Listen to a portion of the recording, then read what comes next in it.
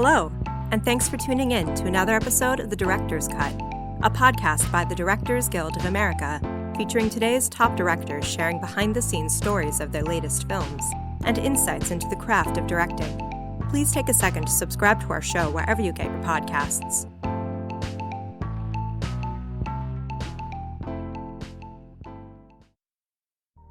In this episode, director Mati Diop takes us behind the scenes of her film, Atlantics. Set in the outskirts of Dakar on Senegal's Atlantic coast, the film tells the story of a young woman who is in love with a construction worker, but is already promised to another man. After the construction worker is lost at sea and the devastated woman prepares to go through with her original wedding, strange things begin to happen that may thwart her plans. Atlantics was screened as part of the DGA's Global Cinema Series, which aims to spotlight landmark foreign films for DGA members and guests by presenting screenings of contemporary, classic, and independent films, as well as conversations with their directors. Ms. Diop made history as the first Black woman ever to compete in the Cannes Film Festival. Atlantics was nominated for the Palme d'Or and took home the Grand Jury Prize. The film garnered Ms. Diop a DGA Award nomination for Outstanding Directorial Achievement of a First-Time Feature Film Director, and a Senegal's Official Academy Awards entry for Best International Feature. Her other directorial credits include the documentary feature A Thousand Suns, the documentary short Atlantique, and the short films Snow Cannon, Big in Vietnam, and Liberian Boy. Following the Global Cinema Series screening of the film at the DGA Theater in New York, Ms. Diop spoke with director Michael Almereyda about filming Atlantics. Listen on for their spoiler-filled conversation.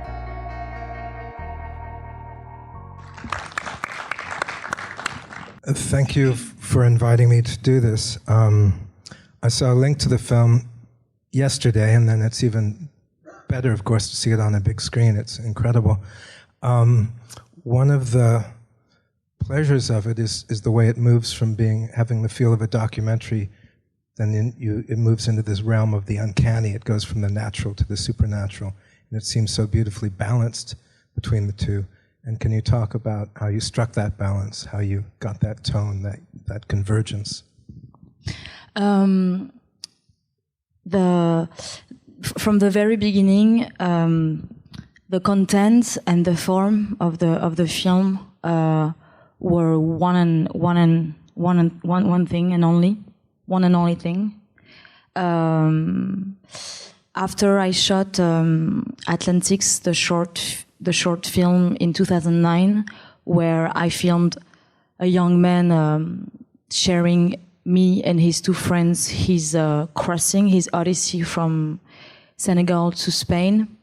I was very struck by the interaction between the way Serine was telling his true own story, which was really what he went through, but he depicted it with such lyrical and epic and mythical dimension. And this is what I was actually trying to capture from his story. I wanted to light the mythical dimension of this journey, of this crossing, the existential and internal dimension of it. And I guess that what I did in the feature, I was already looking for that while I was recording with my mini DV camera. Sorry, Serine's the hero of the short crossing, and I think it has also a lot to do with the way stories, legends are told also in Africa, in Senegal. And so after the short, I knew that I was going to dedicate a feature film to the same period. When I say period, I talk about the moment when so many young people left the coast of Dakar for Spain for a better future, with a lot disappearing in the sea. I wanted to dedicate a feature to that situation, and I think that it was immediately, for me, it was evidently going to be a ghost film, because it's exactly how I've experienced and and all the observations and the way I was besides the story of Serine, the way la manière dont il s'est raconté. The way that he told himself? Yeah, the way that he told himself, but also my relationship with the ocean at that time.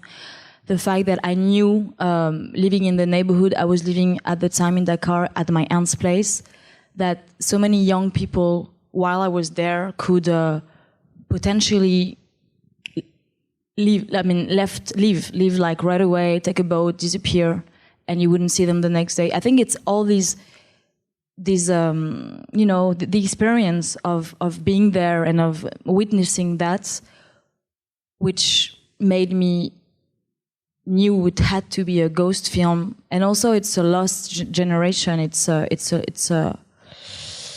so I thought the fantasy genre was the best way to make exist this youth but also being absent, the omnipresence of the absence.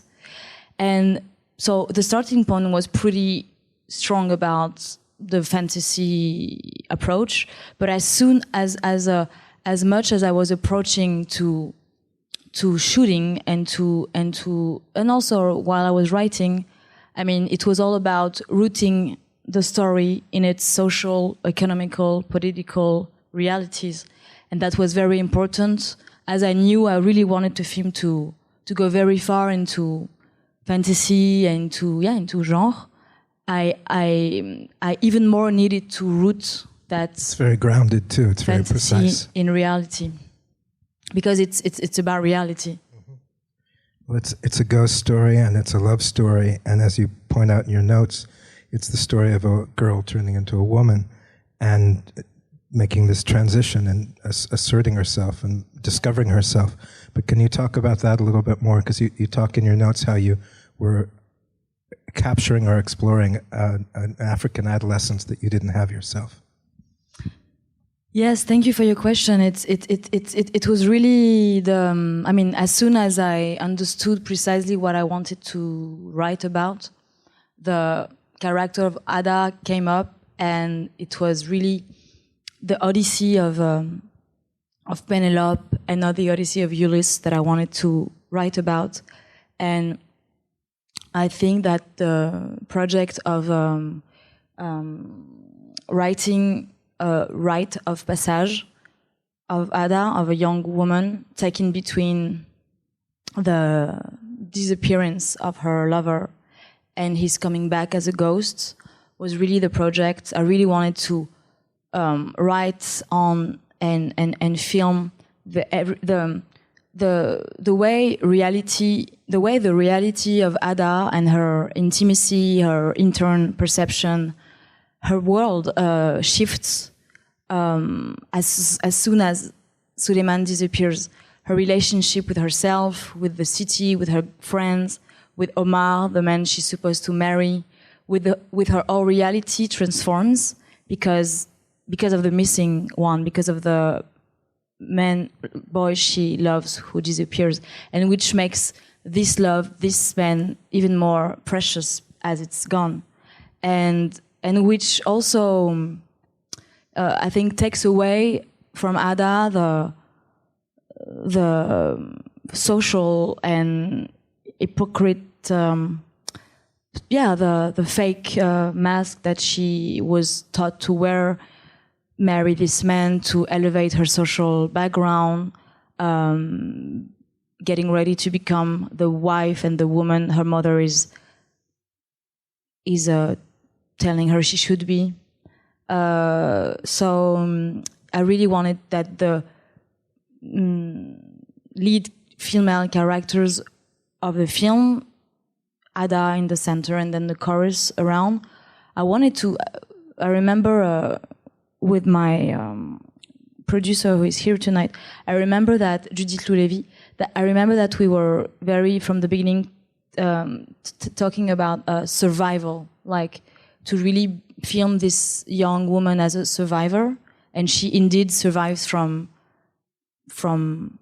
losing her love, but in order to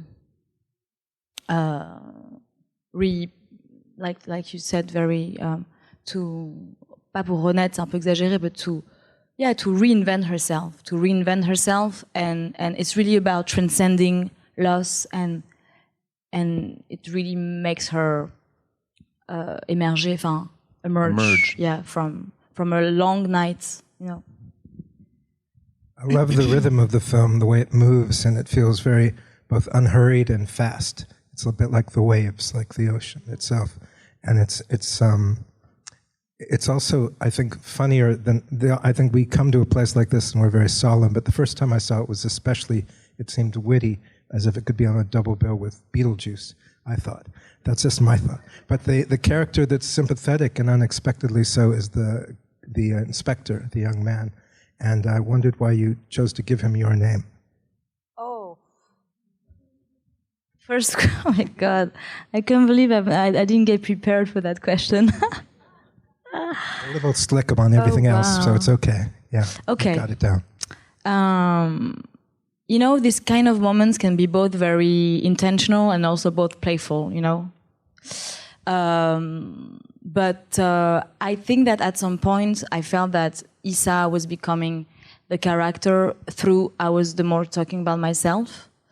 Now I realize it's more Ada, but whatever. I mean, you are all your characters. Like when you dream of people, you play the role of everybody. It's the same for scripts.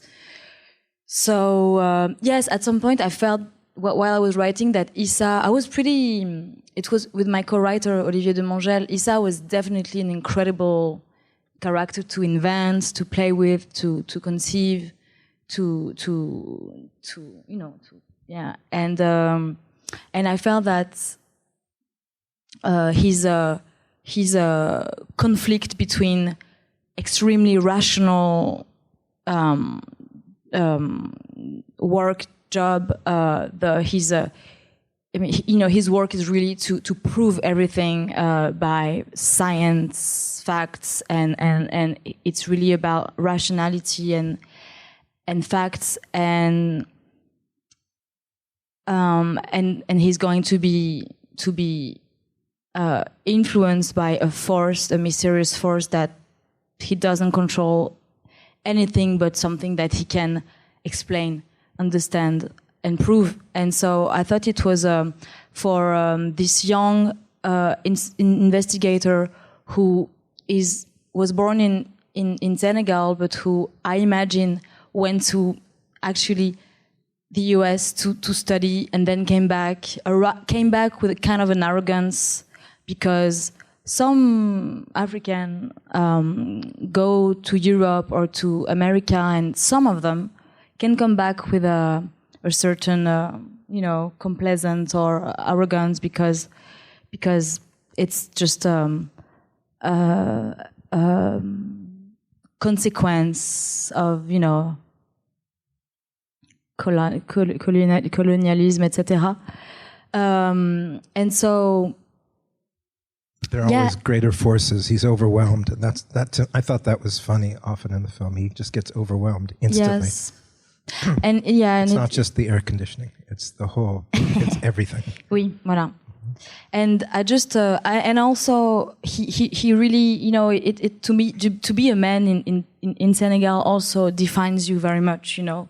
Your sur la virilité, l'autorité, virility, authority, these issues. Yeah, so he's really like a a male figure, authority figure, and I thought I loved to see him suddenly becoming as weak as a romantic teenager girl, Victorian sensitive teenager girl, and I thought. I was very interested into depicting a black Senegalese man, to see him fall apart. I thought it was interesting in terms of how his masculinity is also challenged. And I don't know, and I guess he's going through the same process than Ada. It's actually finally what's happening to him is going to become something that permits him to get free from his identity. because to it's be an awakening. Yeah, to be possessed is not to belong to yourself anymore, but not to belong to yourself anymore is probably a way to get rid of your identity, which is also can be seen as a liberation, you know. So I could talk about Isa for hours because I think it's a character It's a great character and a great dynamic. Yeah, too. It's like a double romance. But speaking of authority figures, you last week at the New York Film Festival you showed a couple restored shorts from your uncle, and I'm not sure how many people here are aware of this great legacy you're part of, which must be both a heaviness and a liberation too. But could you talk a little bit about your uncle? It's both, like you say, but I'm lucky that it was more something very stimulating and inspiring than a weight. Or if it was a weight, I guess I've not fixed the situation is a bit too cold, but I mean I think I confronted myself to this pretty early while directing 1,000 Sun, who is a direct conversation with one of his actors and masterpiece, Tukibuki. So, and it's actually my first, not my first film, but my first project as a director. Just to recontextualize. Recontextualize. Yeah, sorry.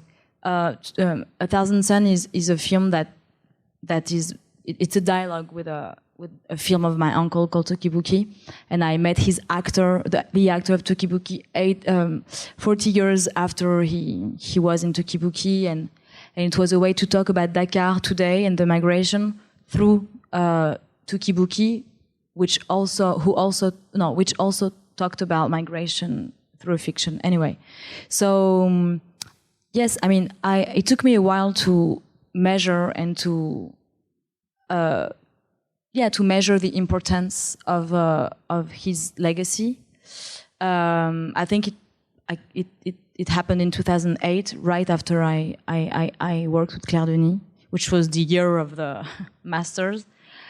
First being directed by Claire Denis, and then 2008 was the 10 years of his passing, and some tributes were given, and I was invited with my father to go to Dakar to attend to a tribute. And I guess it's when I realized his absence, but also the fact that people were coming and leaving, but films were staying, and that really was a strong,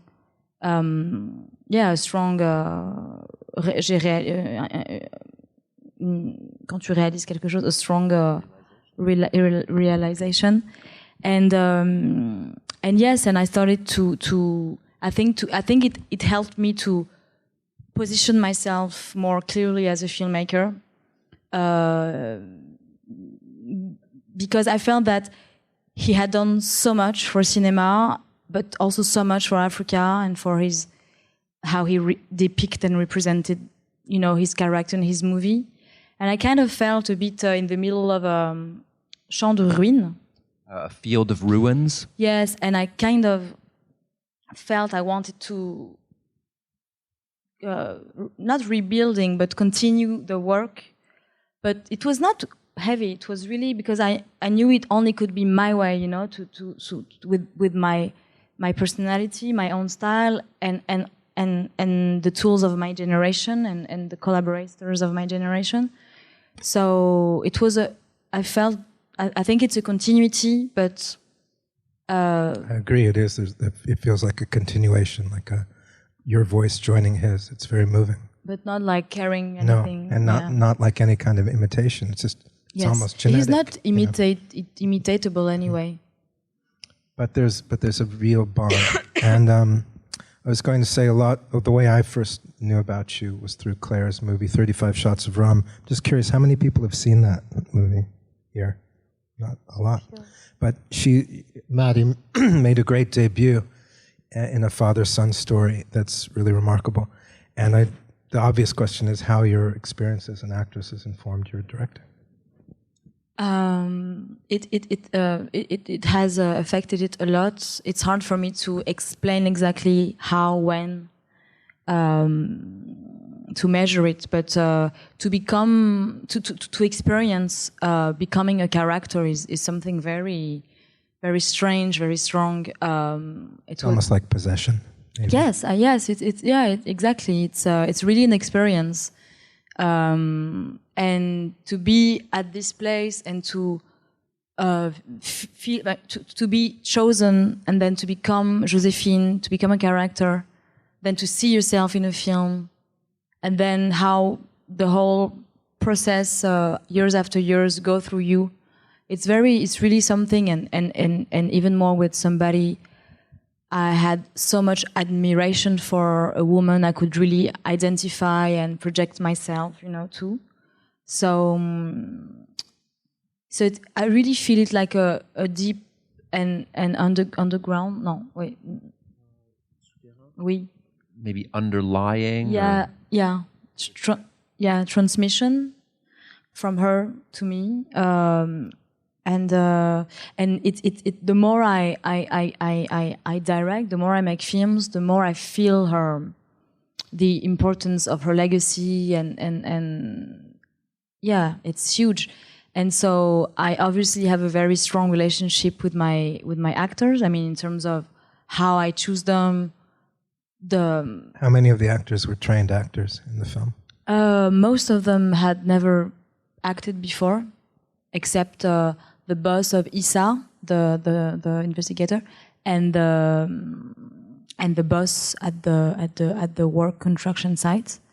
Except these two. All the people you see in the film had never acted before. It's really remarkable because they're terrific. Thank you. It's so fluid. One other obvious question, then we can open it up to the audience, is I'm amazed by the music. I love the score. Can you talk about how that came about? Yes, with pleasure. It's always a pleasure to talk about Fatima Al-Qadiri, which I have an immense admiration for. I discovered her music in 2011, and it immediately, her world immediately connected to mine. I think mostly because we are both at the crossing of so many different cultures. And what's her background? She's from Kuwait. She experienced the Iraq invasion, by the way, and so her work is very shaped by this experience, which had made her work very engaged and political, and she has this very political acuity. Oh, acuity. Bon. And she was able to. I mean, all her albums are both very, very central, physical, sensorial, but both very rooted in geopolitical landscapes that are very, very precise. And so it's not only album of music where you just dream. It's also a vision, a discourse that's very. And she's also a visual artist. And I was just very inspired and amazed and fascinated by her world. And I started listening to her a lot. I think Fatima, her music really represent for me. If I had to choose a music that would representing my time, my world, I mean, the world I feel I live in, I would choose her music, which is is nothing. And so I listened to her. Does she usually do songs with lyrics? Her first name as an artist was Aisha, and she was actually singing, not imitating, but like it was very close to some Muslim chants, and she would mix it with electronical music. But sorry, what was it? I'm just curious. She doesn't usually do film music. Did you? No. She never did. Yeah. I was very, very proud to be the first one to propose her because, as I often say, I was so surprised that Fatima Al-Qadiri was not already approached by Hollywood to do the score of a Batman film. She was waiting for you. Batman's next. Yeah. I mean, because she's like she's really a huge musician, And it's always strange to realize that you're actually the first person to.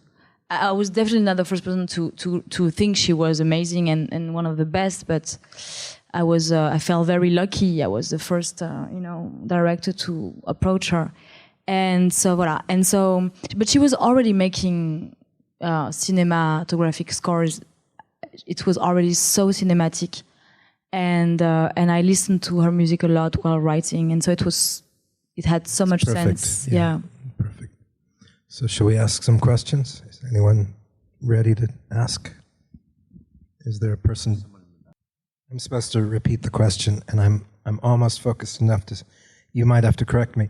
Was there a difference between the men who came back to their various women and Suleiman coming to see Ada? Is that the question? Why the difference? Go ahead. Yeah. Yes. So Ada. Yes. Me and Michael Almereyda had to find which body Suleiman was going to possess. I first wanted this body to be Dior's body. No, Dior, I really wanted that, but it would have. I don't think I would have found an actress like who would have accepted in Senegal to do that, and I don't think that the Senegalese audience would have been ready for that. For in the film to have two women making love and which is really, really a shame, because it just says that homophobia is still very strong in Senegal, which is really, voilà. But it's not because c'est pas parce que je le déplore. It's not c'est pas parce que je le déplore que. It's not because I'm sad about this or against this. That I was still really. I needed to I don't like this word message because I don't do a film to send messages, but you know what I mean. I didn't want my goals or my message to be monopolized by a stupid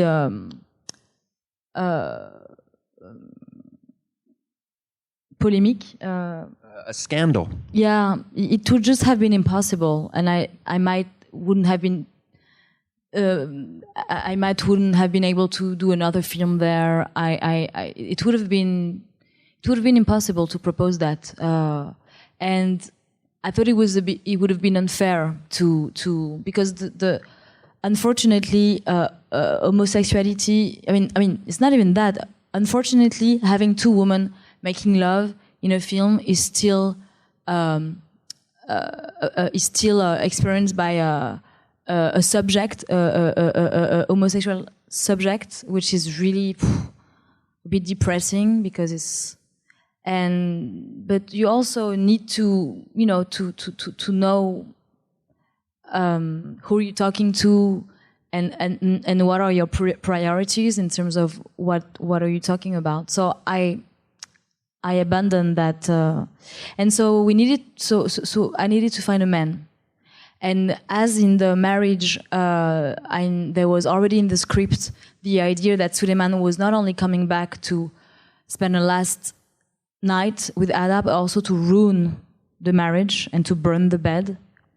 An investigation was obviously going to happen, and the character of the investigator arrived, and little by little, with Olivier, my co-writer, we decided to give. And I thought it was interesting that because at the beginning the character of Issa was much more developed, and we knew it was a Senegalese man arriving in a neighborhood as an outsider because he was coming back from the US and coming back to his. And I like the fact that Suleiman was possessing. I don't know. It's hard to synthesize, but it's for that reason. Yeah. Sorry, it was a bit long, my answer. Anybody else? Can you talk about your co-writer? One of the things that's really impressive about the structure of the film is I don't know of many ghost stories where the ghost isn't motivated by violent revenge. It's truly a love that motivates it. Did you arrive at that together, or was that your idea? Or how did you work with your writer, your co-writer? Yeah, but it's also very pragmatic. It's really to get the money back. It's a sense of justice, too. Yes. Olivier de Mangel had much more experience than I did in terms of writing scripts. It's his everyday work, and I definitely needed someone to help me structure the amounts of ideas and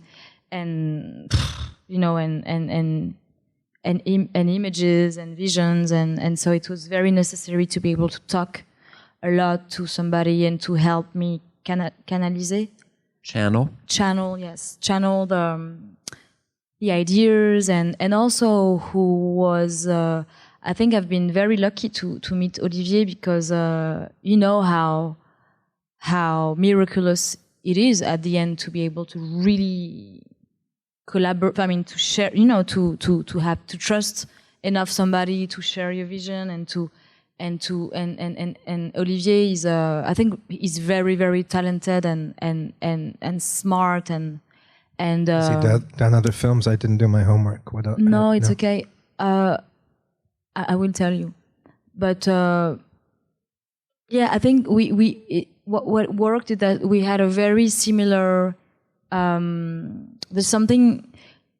Oh, sorry, my English is not easy. I really wanted to stay very close to my own visual world and craft. I didn't want to make compromise, and I didn't want to format myself to any kind of writing, because it was a first feature. And I think he was very sensitive to that. But we also both wanted to address ourselves to a large audience. And I think that's what really Olivier liked a lot, that he was meeting somebody with a very singular craft. But at the same time, I think he was very into the idea of talking to the world, like and I think we both like very atmospheric films, like, for example, Apichatung Veracita Cool, or even Claire Denis. But we also share a love for a certain action American cinema,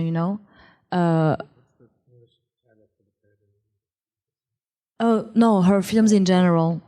And so not to have to choose between an atmospheric, hunting, sensorial cinema versus action movie, to really, and I think we were very, very in phase on that, and it would, as shooting kills writing and editing kills shooting, it's still hard for me to be able to really depict our work with distance, because it's far away and so many stages have happened since that it's hard for me to really talk about our collaboration in a very organized way.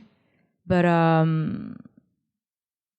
I felt that he was the one him and my producer Judith were the two persons who were the best ears, for my vision to be channeled and structured, and yeah, it was a wonderful collaboration. I was very, very lucky. And he did a lot of things, but he did there's a film by Judith, je sais pas si tu a film by 9 mois ferme de Dupontel, a director called Dupontel, French one, who he wrote the script. Bon, sorry, but he also is a novelist. He also writes. Yeah, right now he's writing Baron Noir, which is a French TV series that goes very well. He also had written 2 novels, and he was the perfect person for. And the DP, had you worked with her before? No. I've never worked with Claire Maton.